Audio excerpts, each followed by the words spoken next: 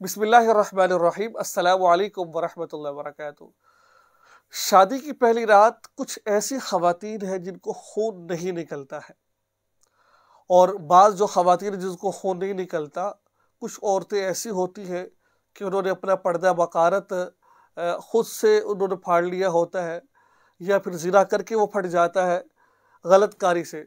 और कुछ ख़वातीन ऐसी हैं कि जिनका पर्दा बकारत कुदरत की तरफ से फट जाता है। आइए आज इस वीडियो के अंदर हम उन ख़वातीन के बारे में आपके सामने ज़िक्र करने जा रहे हैं कि पहली रात सुहाग रात इनको इनका खून नहीं निकलेगा।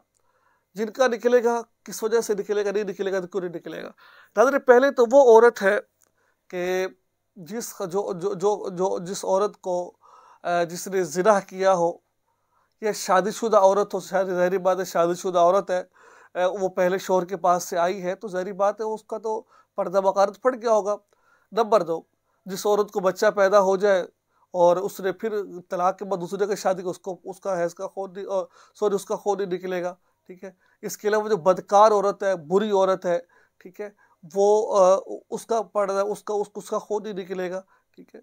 ये भी है क्योंकि उसने गलत तरीके से, कुछ औरतें जिन्होंने मुश्तरी की हो, मुश्तरी करके ऐसी चीज़ें इस्तेमाल की हो, उनका खून नहीं निकलता। ठीक है।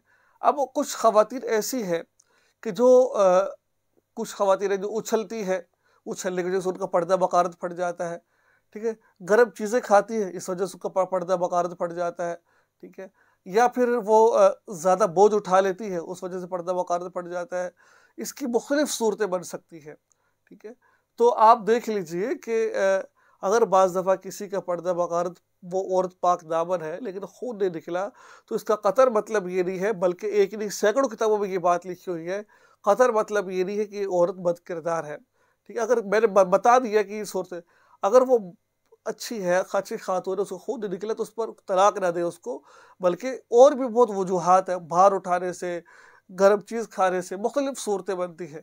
ठीक है। तो ये वीडियो मुझे उम्मीद है कि आपको अच्छी लगी होगी। दुआ में याद रखें, चैनल को सब्सक्राइब करें और इस वीडियो को आगे शेयर ज़रूर करें। अस्सलामु अलैकुम रहमतुल्लाहि व बरकातुहू।